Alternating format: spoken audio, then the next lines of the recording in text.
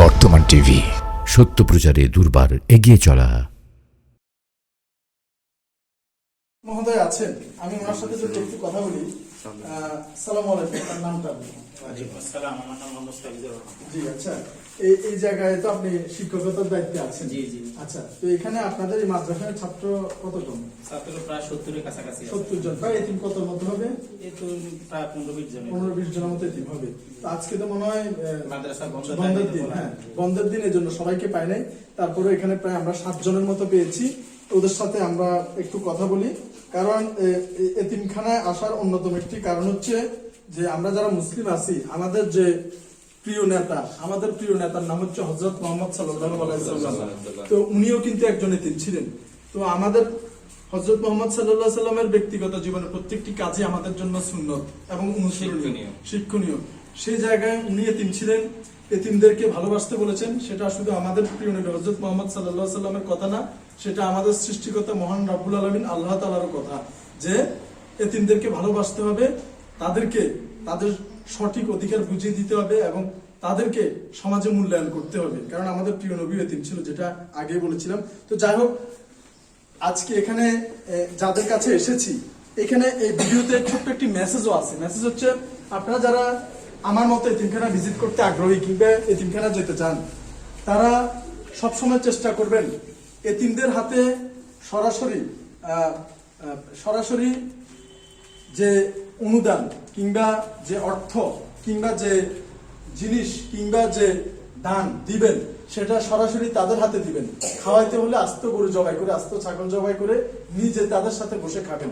হয়তো এই এতিমখানা ভালো, কিন্তু এতিমখানা ভিজিটের পেছনে অনেক গল্প থাকে। যেমন আমি 50,000 টাকা দিলাম, সেই ক্ষেত্রে অনেক সময় দেখা যায় যে কি এতিমখানার যে কর্তৃপক্ষ, তাদের কাছে অর্ধেক গচ্ছিত থেকে যায় আর বাকি অর্ধেক তাদের কাছে খরচ হয়। এটা যাতে না হয়, এর জন্য সবসময় দানের বেলায় নিজে এসে সরাসরি করাটাই হচ্ছে সবচেয়ে গুরুত্বপূর্ণ কাজ। আমরা যদি তাদের সাথে একটু কথা বলি এখানকার এতিমখানায়।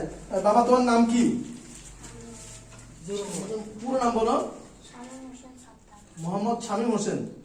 তোমার কে মারা গেছে? তোমার বাবা মারা গেছে? আচ্ছা আচ্ছা। তো তাহলে তো তোমার তো এই চকলেট, চিপস, মনে যেটা চাই এটা কিনে দেওয়ার কেউ নাই।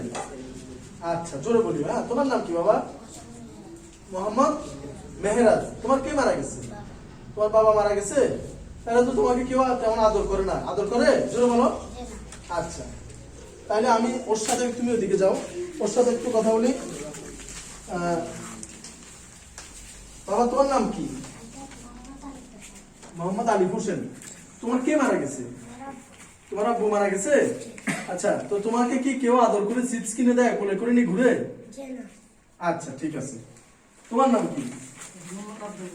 মোহাম্মদ আব্দুল মুমিন। তোমার কে মারা গেছে? তোমার মা মারা গেছে। তাহলে তো তোমাকে আদর করে খাওয়ানো, তোমার কাপড় চোপড় ধুয়ে দেওয়া বা যে মজার কিছু রান্না করে নিয়ে আসে, এরকম তো কেউ আনে না তোমার জন্য? আনে? আনে না। আচ্ছা, তোমার বাবা কি করে? তোমার খোঁজ খবর রাখে? আচ্ছা, ঠিক আছে। ওর বাবাও খোঁজ খবর রাখে না। তাহলে তো তুমি কারো থেকে যে কোনো টাকা পয়সা, যেমন যেটা খাইতে চায় এরকম কোনো টাকা পয়সা কেউ তো তোমাকে দেয় না? দেয় না। আচ্ছা, ঠিক আছে। তাহলে তোমরা এই যেটা মন চায় এটা কি চাইলে খাইতে পারো? পারো না। তোমরা যেটা পড়তে মন চায় এটা কি চাইলে পারো? পারো না। তোমার মনে করো কোনো কিছু একটা এখন কিনতে ইচ্ছা করতেছে, এটা কি তুমি কিনতে পারো? আচ্ছা, তাহলে আমরা এখানে অল্প কয়েকজনের সাথে কথা বললাম। ওরা অবশ্যই অসহায়, ওরাও অসহায় আছে এর মধ্যে অনেক। সবাই যে বিত্তবান তা না, অসহায় এতিম সব মিলে কিন্তু মাদ্রাসাতে সব ধরনের মানুষ, বাচ্চারা কিন্তু পড়াশোনা করে। তো এখানে আমরা যাদের থেকে কথা শুনেছি, তো এই এতিম বাচ্চাগুলা, এরা যে চাইলে একটা চিপস কিনতে মন চাইছে, সেটা কিন্তু হবে না। এই ছোট বাচ্চাটা, একে যে আপনারা অফিস থেকে যাওয়ার পর আপনাদের ছোট বাচ্চাদের যে অনেক আদর করেন, কোলে উঠে কিন্তু এরা অনেক বায়না করে। এই বাচ্চারা কিন্তু বায়না করার কোনো জায়গা পায় না, একেবারে নীরবে নিবৃত্তিতে পড়ে থাকে। অন্যের বাচ্চাকে যখন কোলে নিয়ে আদর করে, এই বাচ্চাগুলো তখন চেয়ে চেয়ে তাকিয়ে দেখে আর মনের মধ্যে কল্পনা করে। এটা যার মানবতাবোধ আছে, মনুষ্যত্ব আছে, শুধু সেই বুঝবে। এজন্য আমি সবসময় চেষ্টা করি, এই চেহারাগুলো কিন্তু মনের কাছ থেকে সবাই, এই চেহারাগুলো কিন্তু মলিন, এই চেহারাগুলো কিন্তু আনন্দের কিংবা হাসির চেহারা না। এই মলিন চেহারাগুলা আমরা যাতে একটু একটু ভালো থাকে চেষ্টা করি, যাতে একটু ভালো থাকে। সবাই যদি আমরা এরকম একটু একটু চেষ্টা করি তাহলে এরা ভালো থাকবে। তবে আমি আমার মতো যে সমস্ত জায়গা যাই সে সমস্ত জায়গা আমি ভিজিট করার চেষ্টা করি, কিন্তু আপনারা আপনাদের এলাকায় এরকম যে এতিমখানাগুলো আছে, মাদ্রাসাগুলো আছে, সেখানে যে আপনারাও খোঁজখবর নেবেন। অনেকে আবার আমাকে ফোন করে বলে যে শওকত ভাই আপনি একটু যাবেন দেখবেন, না আমার ওই সময় নাই বা আমার দ্বারা সম্ভব হবে না, আমার মতো করে আমি করছি, আপনি আপনার মতো করে করেন। তো আজকে আমি আসছি এদের কাছে যে আমি অনেক সময় আমাকে বিভিন্ন টিভি চ্যানেলে মানবিকতা সম্পর্কে কথা বলার জন্য ডাকে। আমি মাছরাঙ্গা টিভিতে, চ্যানেল 24-এ, চ্যানেল আইতে বিভিন্ন জায়গায় গিয়েছি কথা বলার জন্য। ওনারা আমাকে একটা সম্মানই দিয়েছে, অনারিয়াম। তো সেই সম্মানিটা আমার কাছে 7,000 টাকা জমছে। সেই চ্যানেল থেকে পাওয়া 7,000 টাকা আজকে আমি এই 7 জনের মধ্যে 1,000 টাকা করে দিয়ে দিব। এই 1,000 টাকা দিয়ে তারা তাদের মন মতো যদি কোনো পোশাক কিনতে চায় কিনতে পারবে, কিংবা মনে যেটা চায় সেটা কিনে খেতে পারবে। এই টাকাটা আমি তাদেরকে দিয়ে দিচ্ছি। দাও, তুমি এটা রাখো, তুমি এটা রাখো, তুমি এটা রাখো, তুমি এটা রাখো, তুমি এটা রাখো, তুমি এটা রাখো, তুমি এটা রাখো।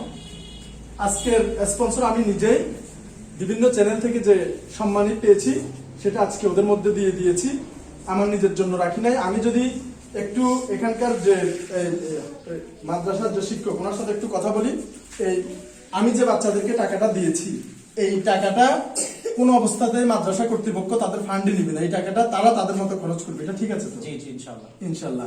আর এখানকার মানুষরা যথেষ্ট সহায়তা করবে। আমরা যদি একটু দিক থেকে দেখি, আপনারা তো সবাই এলাকাবাসী তাই না? এলাকাবাসী। তো আমরা যে 1,000 টাকা করে বাচ্চাদেরকে দিছি এটা কিন্তু আমরা মাদ্রাসা ফান্ডে দিই না কিংবা এতিমখানা ফান্ডে দিই না, আমরা শুধুমাত্র তাদেরকে দিয়েছি তারা তাদের মতো খরচ করতে। এই জিনিসটা তো এনশিওর হবে, ঠিক আছে? এটা ঠিক আছে না? এটা তো তারা খরচ করতে পারবে, এটাতে কোনো সমস্যা নাই তো? ঠিক আছে। তো আমরাও চাই এরকম আপনারা বিভিন্ন মাদ্রাসা ভিজিট করবেন। মাদ্রাসা ভিজিট করলে এর মধ্যে অনেক অসুস্থ ছেলেও থাকবে, তাদেরকে চিকিৎসার প্রয়োজন, আপনারা একজনের চিকিৎসার দায়িত্ব নিয়ে নিলেন। কিংবা দেখা যাচ্ছে যে একদিন সবার জন্য আপনারা স্পেশাল গ্রিল এবং নান নিয়ে আসলেন, যেটা দোকানে যে গ্রিলটা ঘুরে বড় বড় রেস্টুরেন্টে এই এতিম বাচ্চাগুলো সামনে দিয়ে হেঁটে যায়, কিন্তু তারা সেটা চোখ দিয়ে দেখে কিছুক্ষণ দাঁড়িয়ে দেখে চলে আসে। তারা কিন্তু সেটা কেনার মতো কোনো ক্ষমতা নেই, তারা শুধু চোখ দিয়ে দেখে চলে আসে। কিন্তু আপনার বাচ্চা আবদার করার সাথে সাথে তার পিছনে নিয়ে নিয়ে দৌড়তেছেন। বাবা তুমি একটু এদিকে আসো, একটু জায়গা দাও, আসো তুমি একটু আসো, এদিকে আসো।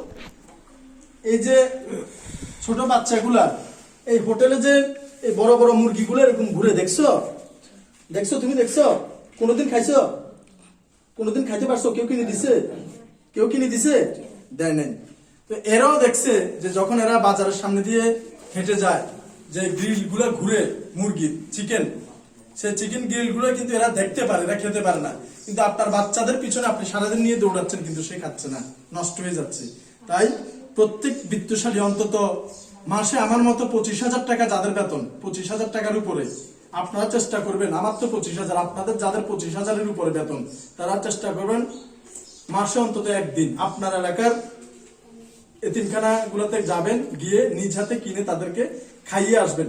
কোনো অবস্থাতে টাকা আপনারা ফান্ডে দেন, যদি আপনাদের বিশ্বস্ততা হয় দেন, কিন্তু আমি বলবো যে ফান্ডে না দিয়ে সরাসরি তাদেরকে খাওয়ান। ছাগল কিনে নিয়ে এসে মাসে তাদেরকে খাওয়ান, গরু কিনে নিয়ে এসে তাদেরকে খাওয়ান, সরাসরি জামা কিনে তাদেরকে দেন, ওষুধ কিনে তাদেরকে দেন, খাবার কিনে তাদেরকে দেন। বাবা বসো, যাও তোমরা এটা দিয়ে তোমাদের মন মতো কিছু কিনিও, কেমন? যাও বসো।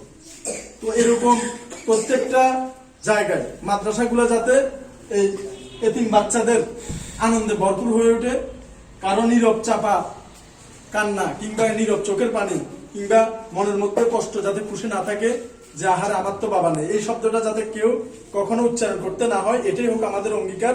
আর আমরা যদি একটু এতিম সম্পর্কে এখানকার যে হাফেজ সাহেব, ইমাম সাহেব এবং শিক্ষক ওনার থেকে একটু জানি, যদি সংক্ষেপে আমাদেরকে 1 মিনিট কিছু বলেন এতিম সম্পর্কে। আমাদের মাদ্রাসায় কিছু এতিম ছাত্র আছে এবং এলাকার মানুষ এবং কি আমাদের যে স্যার আসছে উনিও মাশাআল্লাহ দিকে খুব আলহামদুলিল্লাহ তাদের দিকে একটা নেক নজর করেছে। আপনারা যারা দূর দূরান্তে আসেন, আপনারা যদি এই এতিমগুলোর প্রতি একটু নেক নজর তাকান তাহলে তারা কিছু মানে লাভবান হবে। এবং কি অনেক ছাত্র আছে খাইতে পায় না, নাস্তার টাকাও পায় না, ভাই যেগুলো কথা বলছি আসলে সবগুলো সত্যই বলছে। আজকে আমরা যারা ধনত্ববান আছি, যাদেরকে আল্লাহ ধন সম্পদ দিয়েছেন, আপনারা একটু যদি আপনাদের অসহায় পার্শ্ববর্তী যারা আছে অথবা এতিম আছে, তাদের বাবা নাই মা নাই, খাইতে পায় না, তাদের প্রতি একটু আপনারা যদি সুনজর তাকান, তাহলে আল্লাহ আপনাদের উপরে নেক নজর তাকাবেন আশা রাখি। যে কয়েকটা কথা বললাম, আমার ভাই যে কয়েকটি কথা বলেছেন, আল্লাহ যেন প্রত্যেকটি কথা আমাদের সকলকে পালন করার তৌফিক দান করে বলে আমি। আসসালামু আলাইকুম। জি, ধন্যবাদ ইমাম সাহেব হুজুরকে, শিক্ষক মহোদয়। এবং আমরা আশা করি এই যে কুমিল্লা নাঙ্গলকোটের এই শ্রীহাস্য গ্রামের এই এতিমখানার বাচ্চাদের মুখে জানি না কতটুকু হাসি ফুটেছে, চেষ্টা করেছি কিঞ্চিততম তাদের মনে একটু আনন্দের উকি দেওয়ার জন্য। এই আনন্দের উকিটা যাতে বাংলাদেশের প্রত্যেকটা জেলায় প্রত্যেকটা হৃদয়বান মানুষ এরকম এসে উপভোগ করে, এর চেয়ে বড় আনন্দ আর কিছুই হতে পারে না। ধন্যবাদ সবাইকে কুমিল্লা নাঙ্গলকোট থেকে। সালামু আলাইকুম। মানবিক পুলিশ ইউনিট সিএমপির পক্ষ থেকে অভিনন্দন সবাইকে।